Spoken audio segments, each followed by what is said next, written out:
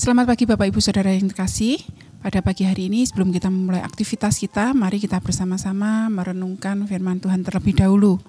Firman Tuhan pada pagi hari ini terambil dari Roma 8 ayat 1 sampai dengan ayat yang ke-8. Saya akan baca di dalam Roma 8 ayat yang ke-6. Sebab keinginan daging adalah maut, tetapi keinginan roh adalah hidup dan damai sejahtera. Dan renungan kita pada hari ini Kamis tanggal 23 Mei 2024 diberi judul Waspada Keinginan Daging. Bapak Ibu, kalau kita mendengar berita-berita baik itu dari sosmed maupun dari manapun juga, itu kita tahu bahwa ada orang-orang yang menggelapkan uang perusahaan untuk membeli banyak barang. Ada juga orang yang terlibat dengan pinjol atau pinjaman online agar dapat memenuhi keinginannya. Kita hidup itu di tengah dunia yang tanpa kita sadari menggiring kita pada gaya hidup konsumerisme.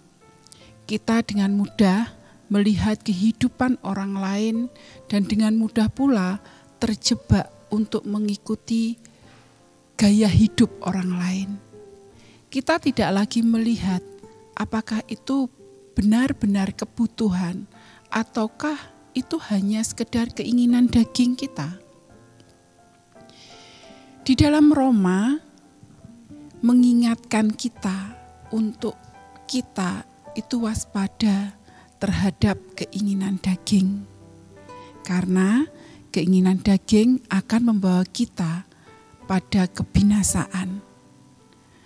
Dalam kehidupan kita perlu membedakan manakah kebutuhan dan mana yang namanya keinginan.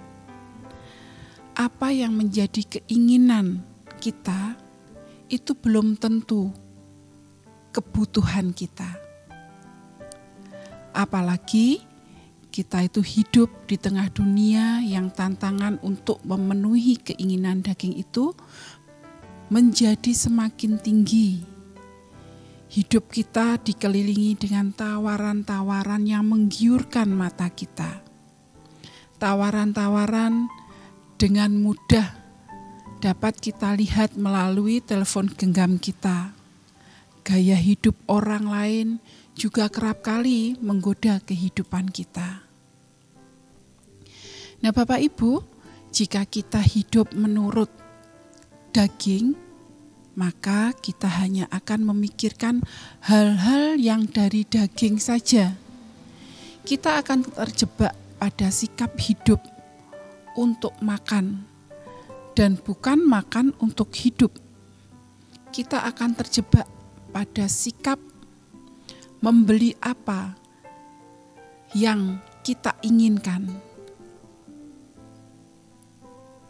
bukan apa yang kita butuhkan. Kita tidak memikirkan dengan benar, kita tidak menelaah terlebih dahulu apakah benar, apakah memang itu suatu kebutuhan kita.